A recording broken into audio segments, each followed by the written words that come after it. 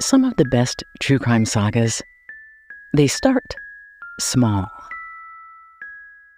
One incident that seems inconsequential, frivolous. Then a line is crossed. A thread gets pulled. A breadcrumb dropped.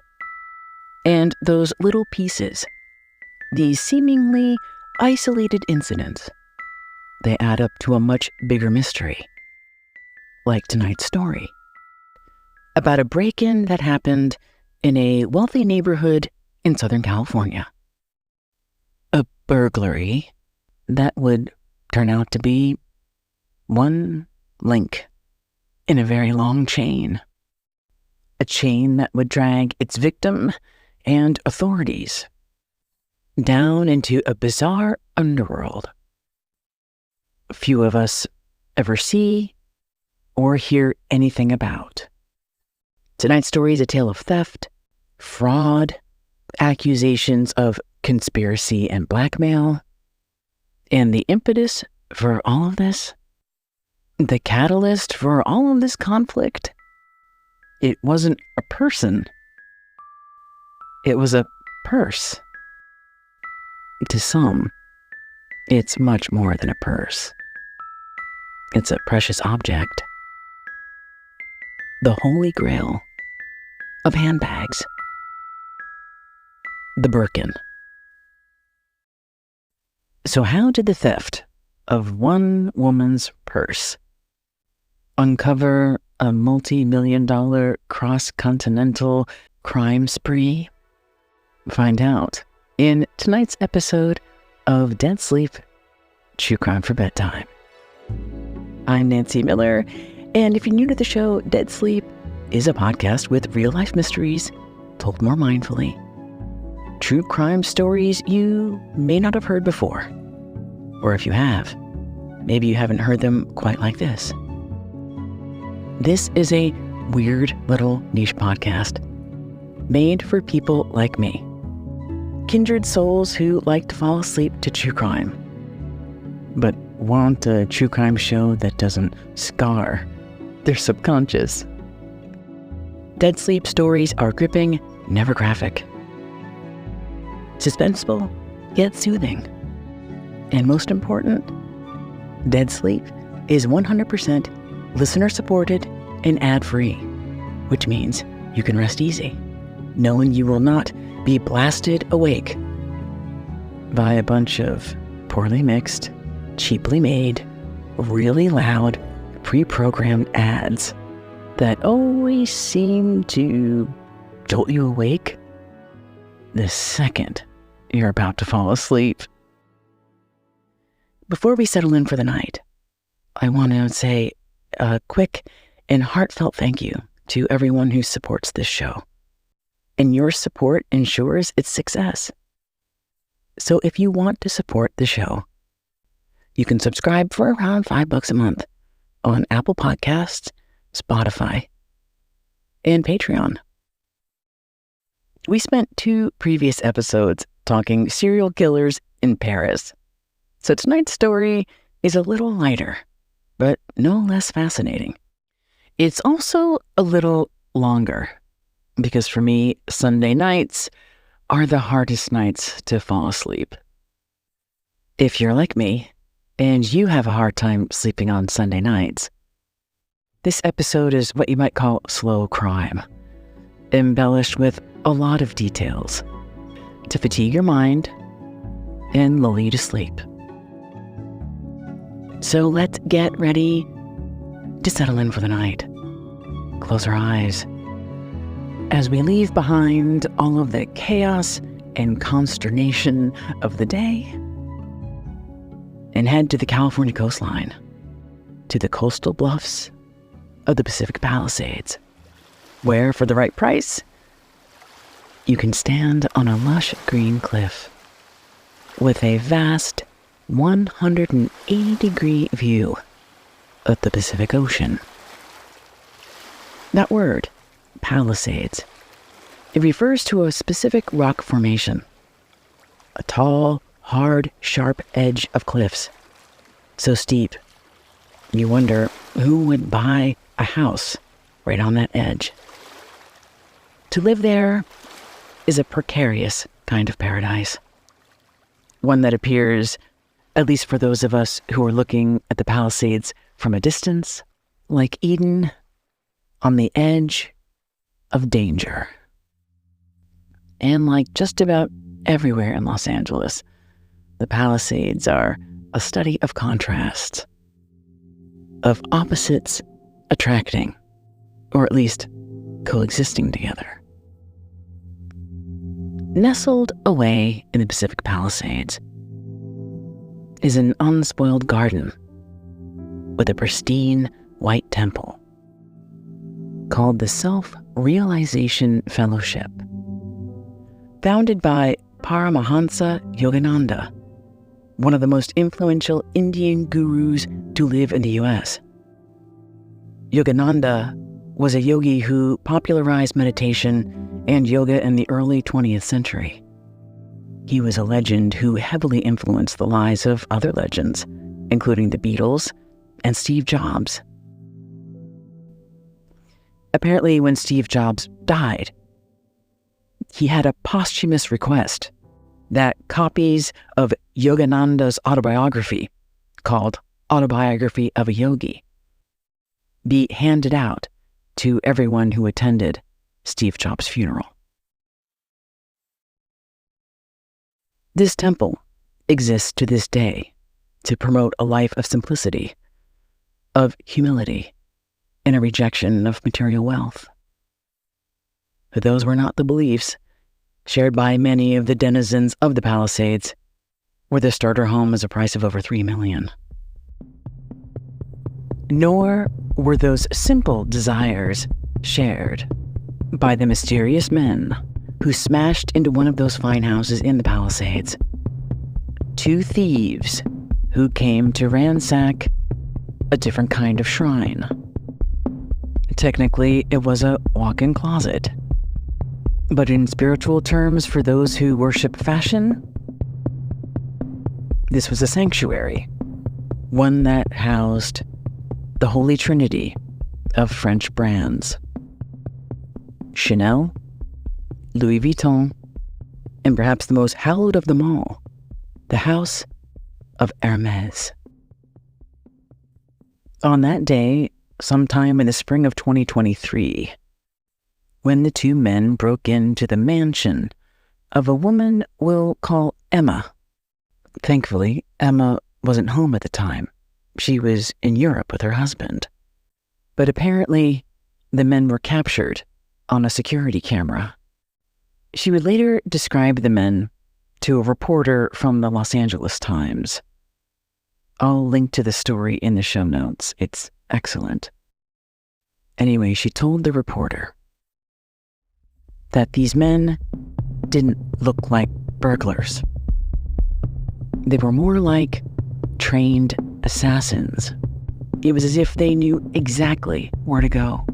Straight to Emma's lavish closet, where they scooped up a bunch of luxury handbags. But they'd had their eye on one specific one, the Holy Grail. It was one of Emma's most rare and most prized possessions. It was one of a kind and irreplaceable. It was also an investment piece meant to fortify Emma's financial future. A dark green Birkin bag. In criminal terms, it was larceny, a robbery. But in fashion terms, it was more like a kidnapping. And just before they left, these guys made sure they collected one final detail. They slid open a drawer and found what they were looking for. The documentation that proved that this Birkin bag was authentic and original. This document was like her bag's birth certificate, and like the bag, it was gone. When Emma came home from Europe to discover her house had been broken into and that they'd taken her Birkin bag, Her knees went weak, and she sank to the ground. It was devastating.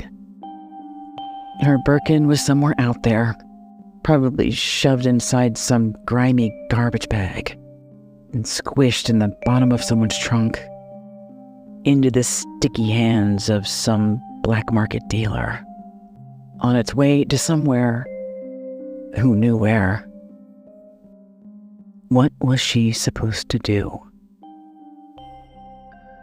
You might be thinking, it's just a purse. Calm down, lady. You're rich. Go buy a new one. In this rarefied world of Hermes, it doesn't work like that. Because the thing is, you can't just pop out and go to the Hermes store and buy a new one. For one thing, there's a waiting list. A waiting list so long, it's mythic. It can take years to get on that list, and there's no guarantee. You don't choose a Birkin bag. The bag chooses you. You have to be invited to buy this bag. How are you invited to buy a Birkin bag? Well, that's a bit of a mystery. And as you'll soon learn, a source of controversy. But the gist of it is, you have to spend thousands of dollars on other Hermes products before you build what's called a relationship with Hermes and are deemed worthy of the Birkin. One day, you get the call, and apparently, you're taken into a private room at the Hermes store where you're going to meet your Birkin for the first time.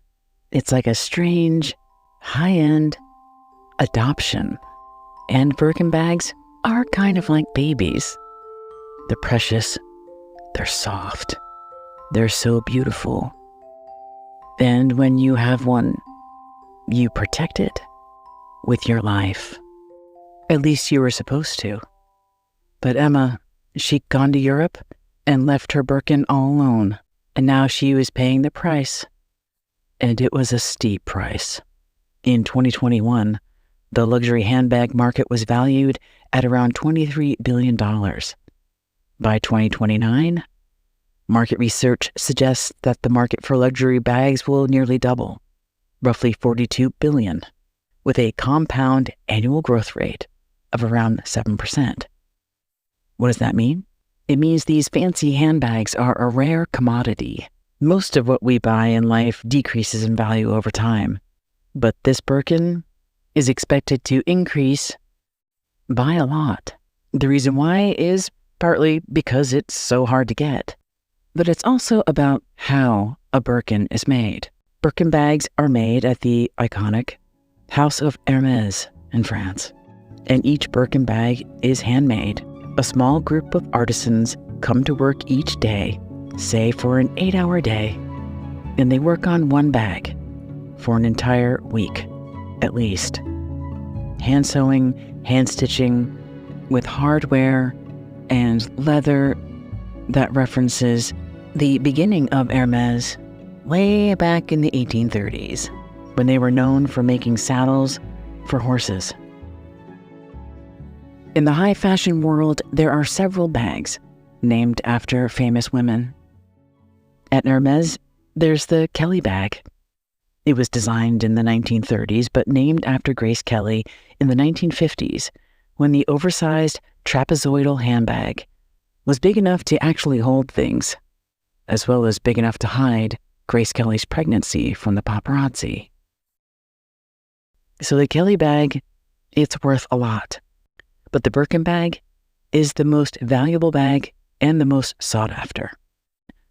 Emma's bag was worth between $35,000 to $40,000, but some versions of the Birkin sell for hundreds of thousands of dollars. Grace Kelly was a bona fide princess, but Jane Birkin was Anglo-French royalty in popular culture. Legend has it, Jane Birkin, the English celebrity and wife of Sir Gainsbourg, was once seated next to the executive chairman of Hermes on an airplane. It was the 1980s. Jane told the executive she was a busy working mom Her daughter is French singer and celebrity Charlotte Gainsbourg. And Jane Birkin apparently needed a chic handbag to suit her needs. And as she was describing the purse that she wanted, she grabbed an airplane sick bag and sketched out what her ideal might look like. Inspired, the executive apparently used the drawing, brought it back to Hermès HQ in Paris, and voila, the Birkin bag was born. Now, I know this is a true crime show, but this is Dead Sleep, and since this is Insomniac Sunday, allow me a few extra sleepy minutes to tell you the crucial aesthetic differences between the Kelly bag and the Birkin bag, because they look a lot alike. So it'll be helpful for you to know those details, just in case one day you encounter a Birkin or a Kelly or both. So here are the little details that differentiate the two bags. The first is size. The bags are different sizes in only a matter of a few centimeters, but generally speaking, Birkin bags are proportionately bigger than Kelly bags. The second way to tell the difference between a Birkin bag and a Kelly bag? The handles. They're both made of leather, of course, but the Birkin, it's more like a tote with two handles, while the Kelly bag has just one handle. And here's the clue number 3 in telling the difference between a Birkin and a Kelly bag. The front flap. Both the Kelly and Birkin bags have a prominent top flap with 2 straps running across the front and closed with a lock. But the front of the Birkin has 2 slits on the front flap, while the Kelly has just a straight front flap, a clean line. Maybe the Birkin is more popular, at least right now, because it's more wearable and functional. Not that owners of Birkin bags actually wear them. Back in the Pacific Palisades, that green Birkin that Emma owned, she'd only taken it out once, on her birthday. Emma had been collecting luxury handbags since she was a teenager. And now, all these years later, it took just 15 minutes for 2 men to storm her walk-in closet and gut the most valuable pieces in her collection. As she did an inventory of what was missing, Emma tried to piece together how these men found these bags. It was enough to make someone paranoid. How did they know who she was? How did they know where she lived? Had she been followed? If so, by whom and for how long? Would they come back? Before she could wrap her head around all of that, she was hit with more shocking news. For people like Emma, a Birkin bag is a piece of art. This was about taste. That's more than wealth. It's clout. And like fine art, it was an appreciating asset. But when Emma went to file an insurance claim for that stolen bag, she was told her Birkin wasn't covered, nor were any of her other handbags. Emma spent a lifetime building her collection, with the Birkin her crown jewel, and not a single one of them was secondhand. But to the insurance company, it was just a purse. Her husband's expensive watches were covered, because they were considered a collectible, but her handbags were not. This struck Emma as a little sexist, or at the very least, behind the times. In 2022, a limited edition Birkin bag called the Faubourg Birkin, named after the street where the Hermès flagship is located, that sold for nearly $400,000. How wasn't that a collectible? It was like these insurance companies didn't have anyone who understood what handbags really meant to a collector. Emma didn't want to be rude, but the police weren't experts in expensive French handbags either. When she filed the report about the robbery, They pronounced the brand Hermes as Hermes, and it seemed hard for them to wrap their head around why somebody would pay that much for a purse. They assured her they'd crack this case, but Emma understood she couldn't just sit around and wait. She'd have to track this Birkin down herself. It was a journey that would take Emma and investigators far away from the Palisades, into the deep, dark, shadowy underworld of the hyper-niche, highly profitable Birkin black market.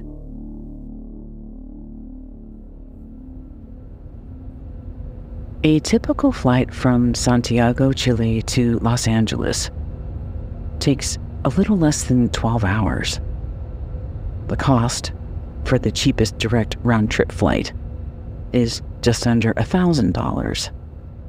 And the possibilities, once you get to LA, well, those were endless, particularly for the 4 men who arrived from Chile in 2023.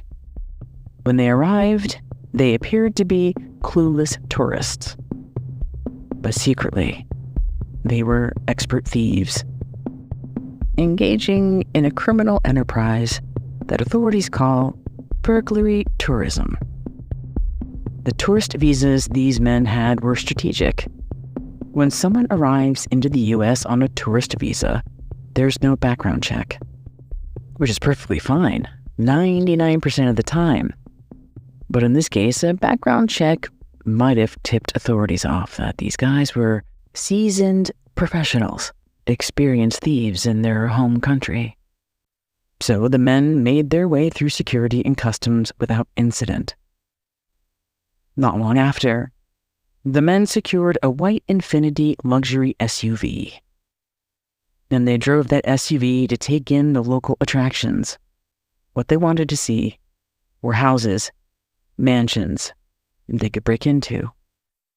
Houses located in quiet residential areas, with mansions they could access through a wooded area or park. In April of 2023, thieves broke into a house in the Hollywood Hills. Gaining access to the property, there were a rugged patch of a park called Runyon Canyon, and made off with an estimated $3 million in stolen goods. Those burglars worked quickly, just like the 2 men did at Emma's home in the Palisades. In the Hollywood Hills heist, a neighbor's security camera captured the SUV as it left the scene. And with that footage, authorities were able to make out the SUV's license plate. And with a license plate number, investigators tracked down the SUV to an apartment in a neighborhood in South Los Angeles, which was about 20 miles and a world away from the Pacific Palisades. So were the burglaries in the Hollywood Hills and the Pacific Palisades connected? Based on the MO and the type of stuff that was stolen and the description of the intruders, authorities believe so. But footage of a license plate on an SUV in the Hollywood Hills wasn't going to cut it. They'd need real, hard evidence to bring these guys in. And they had to do it quickly. These guys were smart.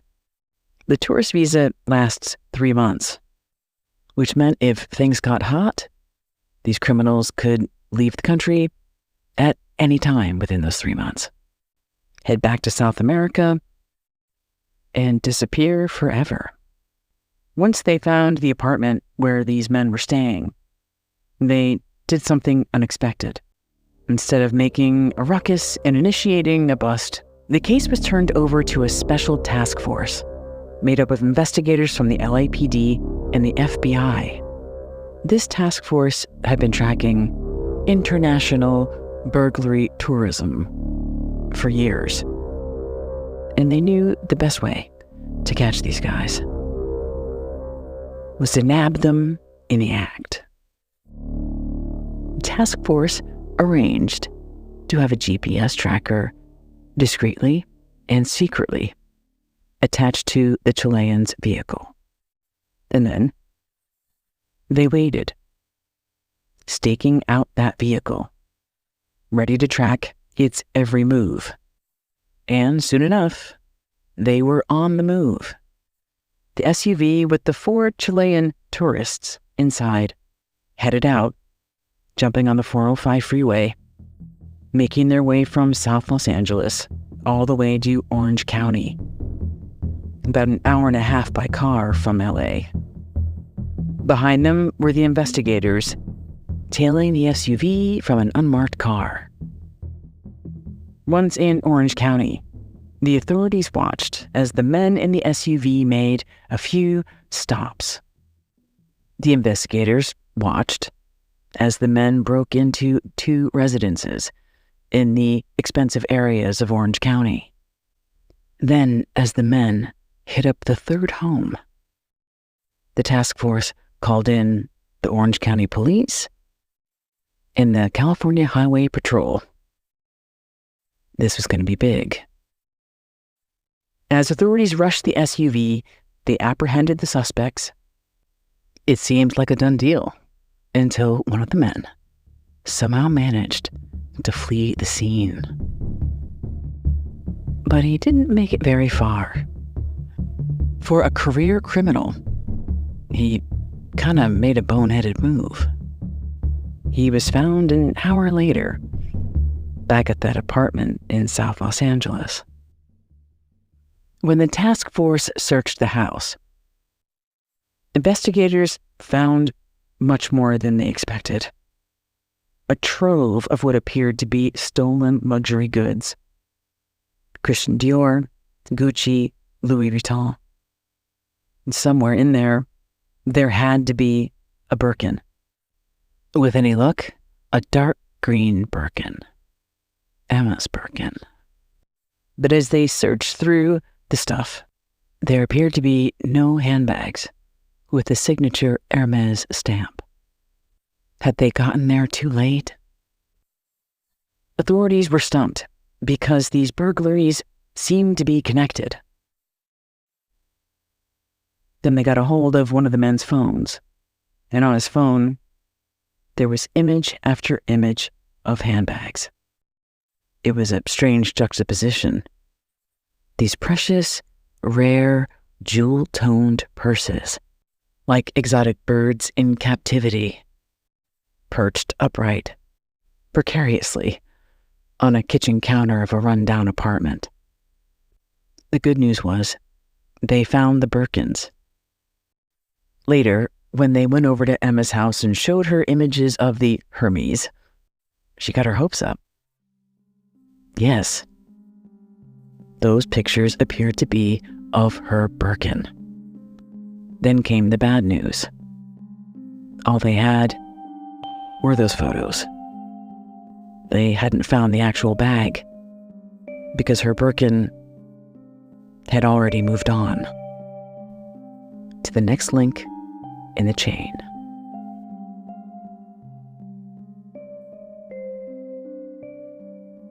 There's a famous supermarket chain here in Los Angeles. It's an institution. It's called Smart & Final. And it was founded back in the 1870s. It's been around almost as long as Hermes. Smart & Final was named after the 2 men who originally founded it. There really was a Mr. Smart and a Mr. Final. Mr. Smart and Mr. Final started in a 2-story brick building on Los Angeles Street. Back then, they sold the essentials of the day, including flour, rope, sheep herding supplies, chewing tobacco, and gunpowder. Just about the one thing that Smart & Final didn't sell were expensive French handbags, especially stolen ones. But investigators hoped tonight would be different. It was now June of 2023, a few months after Emma's house was robbed and that big heist on the Hollywood Hills. The authorities managed to get the Chileans to tell them about their connection, who it was exactly they were dealing with here in the United States, and where could they find this person. Whoever this kingpin was, they'd smuggled hundreds of thousands of dollars, maybe even millions of dollars, of stolen merchandise, mostly luxury handbags, right here in this very parking lot. So those robberies in Orange County, in the Hollywood Hills, in the Pacific Palisades, and in dozens of other neighborhoods across Los Angeles, these break-ins were all indeed connected, just not specifically through those 4 Chilean burglars themselves, because they weren't responsible for all of these break-ins.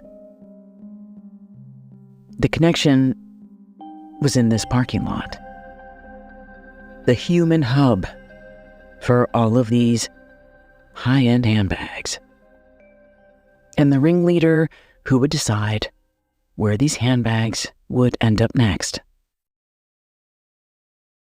Ringleader isn't quite the right term. In criminal terms, what this person was called a fence. An offense is a person who knowingly buys stolen goods and resells them for profit. Fences are essentially dealers. They deal in stolen goods and serve as a buffer between thieves and consumers by reducing the time a thief remains in possession of incriminating evidence, namely the items stolen, and then tries to sell them. When I first saw this word, fence, I thought of it like a chain link fence. It's spelled F-E-N-C-E. So this person was like a gatekeeper. But the origin of the word is a little bit different. That term fence is widely believed to come from the shortening of defense during the 17th century to denote a professional dealer in stolen goods. According to the Oxford Bibliography's website, it's a term for someone who is the thief's defense against detection by way of putting themselves in the position of the so-called middleman or dealer. Sometimes these fences appear to be a legitimate business, like a storefront, giving these stolen goods the veneer of legitimacy. The investigators of this task force sat on this fence for months. They surveilled this fence, both in this parking lot at Smart and Final and at the person's home. And over the next several months, they witnessed men driving up and dropping off garbage bag after garbage bag, allegedly filled with stolen property, including scores of high-end handbags. After they staked out that parking lot and the fence's home for a decent amount of time, they decided they had enough evidence to make an arrest. Just before dawn, on November 1st of 2023, roughly 6 months after that break-in in the Palisades, officers swarmed the house of their fence.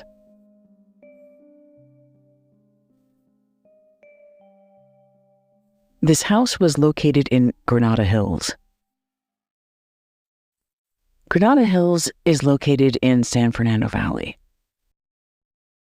According to one real estate website, Granada Hills in Los Angeles is one of the wealthiest areas in the country, ranking as the top 15% of high-income neighborhoods in America. The house in Granada Hills where that fence lived, it was a beautiful home with a meticulously maintained front lawn, the grass as green as emeralds. The house was across the street from an elementary school. And the person who lived inside, the person who was hauled out in handcuffs, It wasn't what anyone might have expected as the hub of an international crime ring. Their suspect was a petite, middle-aged mom with blonde highlights, wearing a pink zip-up sweatshirt. Her name was Carla Sunseri. She was well respected in her neighborhood and an active member of the community. She was also deeply religious, apparently. The bumper sticker on the Lexus parked in her driveway read, "Jesus is Lord."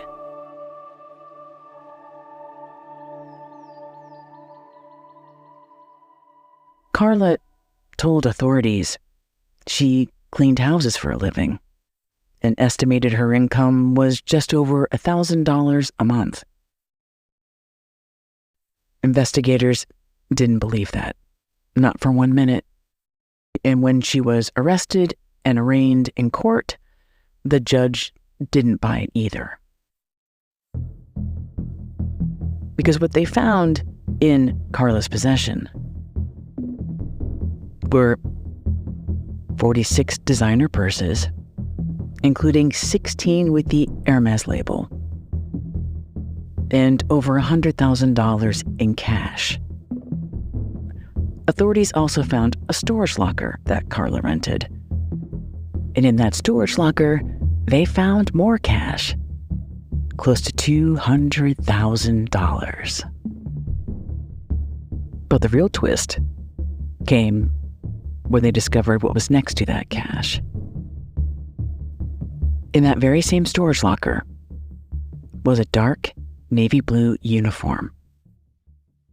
The uniform of the Los Angeles Police Department, suggesting someone in Carla's world was a cop. It turned out Carla's 27-year-old son, Eric, was in the police academy. He was 1 month away from graduating to become an LAPD officer. In his off time, however, it appeared he was his mother's accomplice. Eric was accused of helping his mother by shipping these handbags off to resale sites all over the country. Sites that you and I probably use all the time, including Poshmark and more high-end sites. The LA District Attorney charged Carla with 53 counts of receiving stolen goods, along with a charge of conspiracy and money laundering. Her son was charged with conspiracy and receiving stolen property. The DA also alleged that the son had helped ship the stolen bags and used his bank account to receive resale site payments. Obviously, he wasn't going to be a cop anymore. But would he and his mom go to prison? Carla and her son pleaded not guilty, and not long after that, they made bail. Authorities weren't going to get any information about the missing handbags in the Pacific Palisades. Now, admittedly, these detectives didn't know a whole lot about Hermes bags, but they did know a lot about tracking down stolen goods. And then they went to work to find out who Carla was selling to, which led them to the next link in the chain.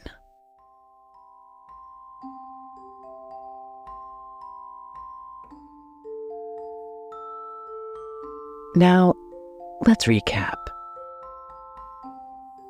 The Hermes bag started in Paris.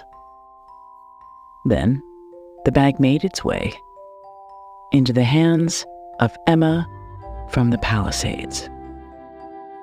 And then, sometime in the spring of 2023, it was allegedly stolen, kidnapped by a gang of Chilean thieves. And then the bag was offloaded in a San Fernando suburb, allegedly, to a fence named Carla. And now, the bag was likely somewhere out there online. A $40,000 handmade bespoke needle hiding somewhere in the vast internet haystack.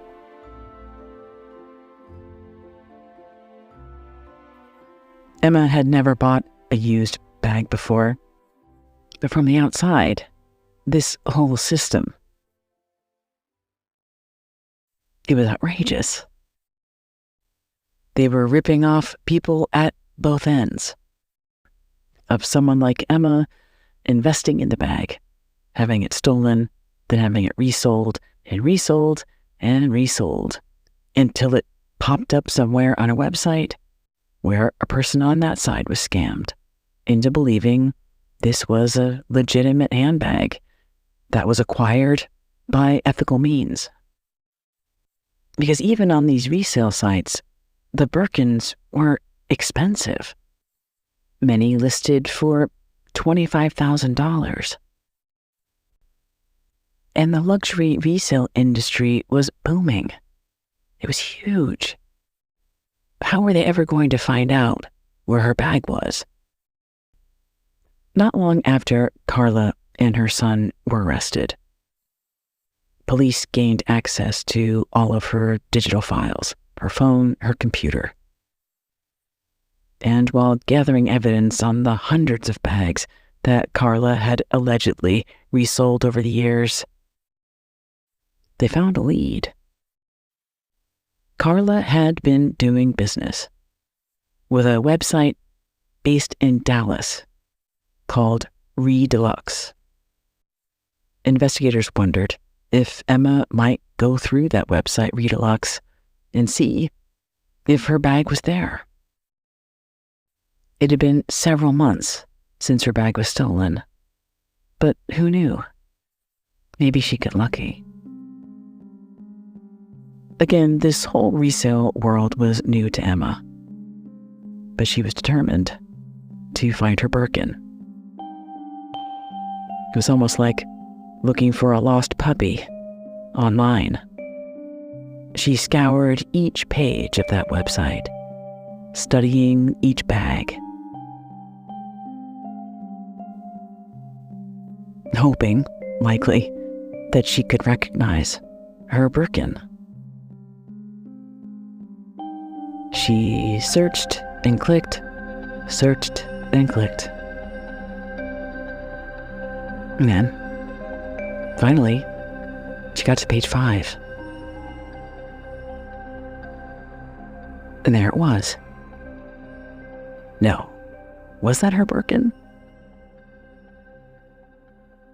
She studied the tote bag handles.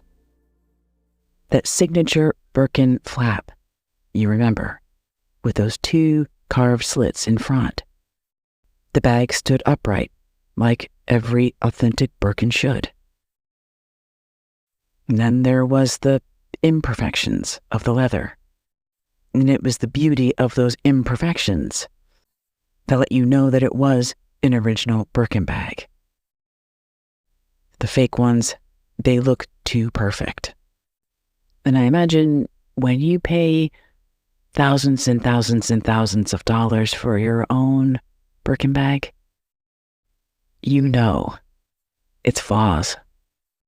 You know any blemishes on that Birkin, like you would a freckle on your own skin. As Emma looked at that bag on the Redeluxe website, she knew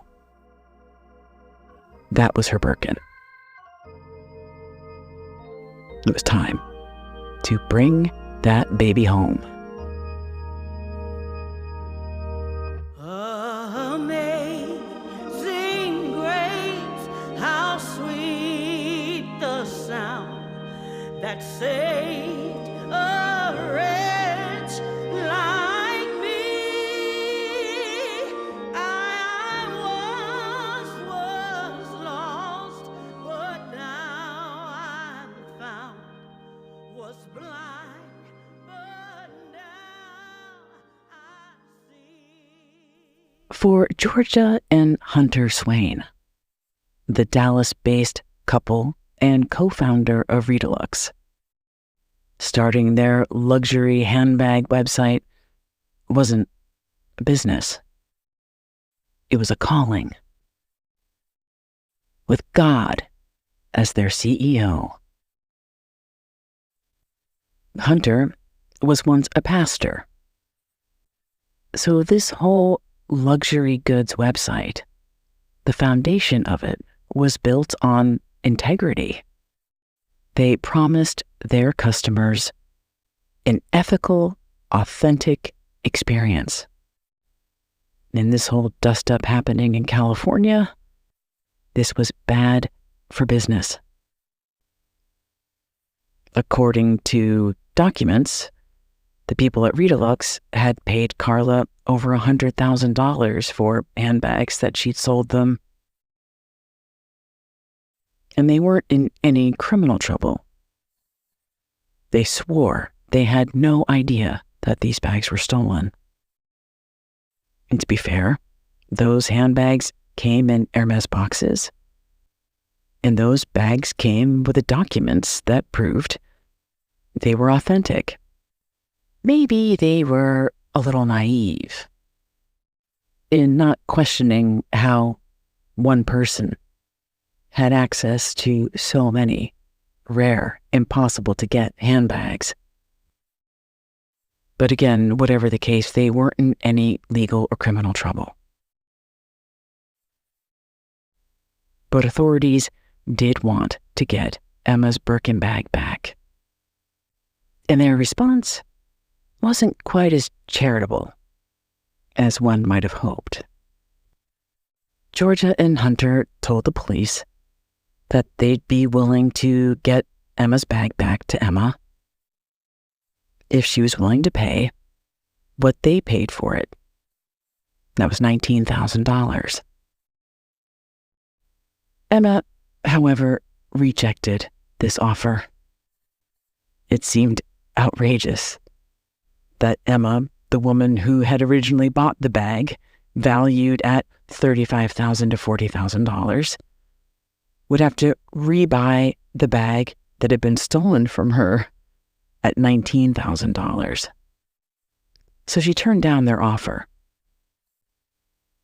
It kind of worked out anyway, because that Birkin bag would have to be turned over as evidence in the criminal trial against Carla and her son.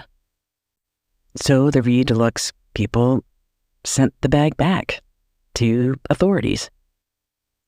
And apparently, it's somewhere in an evidence locker where it remains to this day. That case against Carla and her son has yet to go to trial.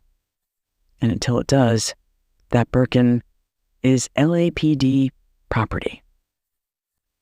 And when I found this out, I couldn't help but think of the last scene in Raiders of the Lost Ark, where Indiana Jones gets the Ark from the Nazis.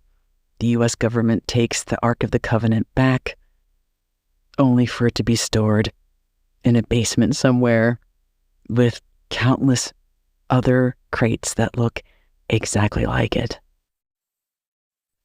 Or maybe it's more like The Maltese Falcon or an old Hitchcock movie, where everybody is trying to get that Birkin, and in the end, they all end up with a MacGuffin.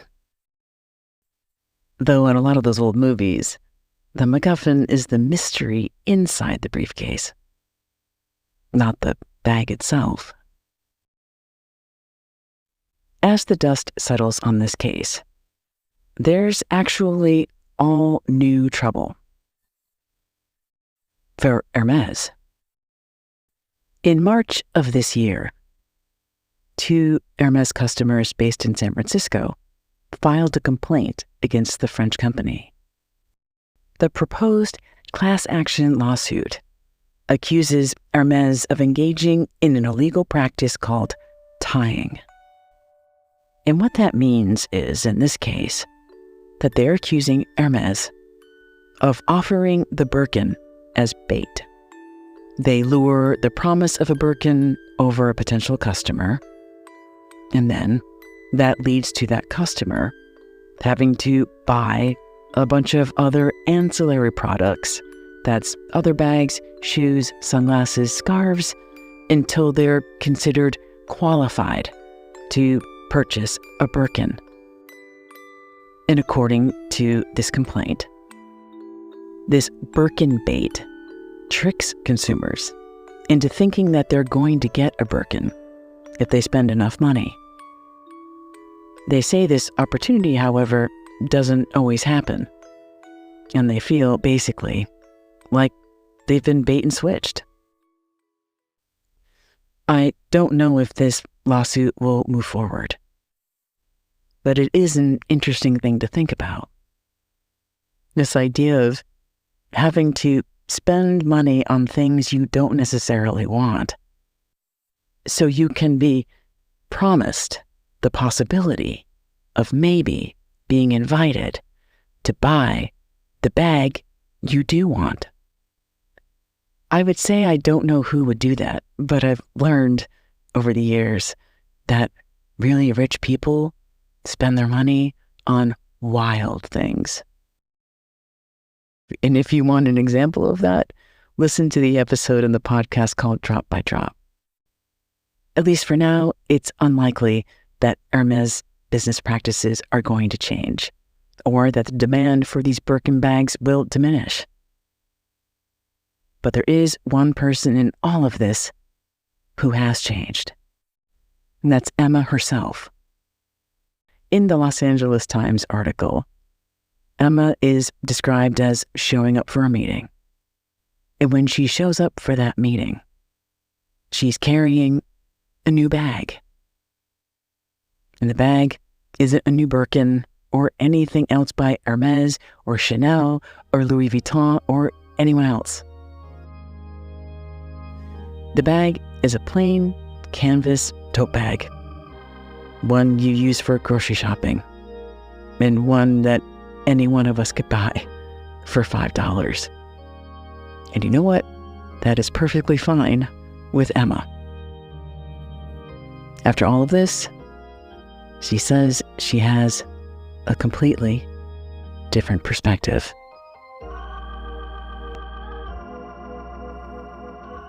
Thank you again for listening to Dead Sleep True Crime for Bedtime. This is the longest episode we've ever done, and I'm really curious if people are going to like it, or even better, if people are falling asleep to it. If you're still awake, let us know what you think of the podcast. You can write us a review, or you can email us at deadsleeppodcast@gmail.com. I'll be back soon with an all-new episode of Dead Sleep. Until then, nighty-night.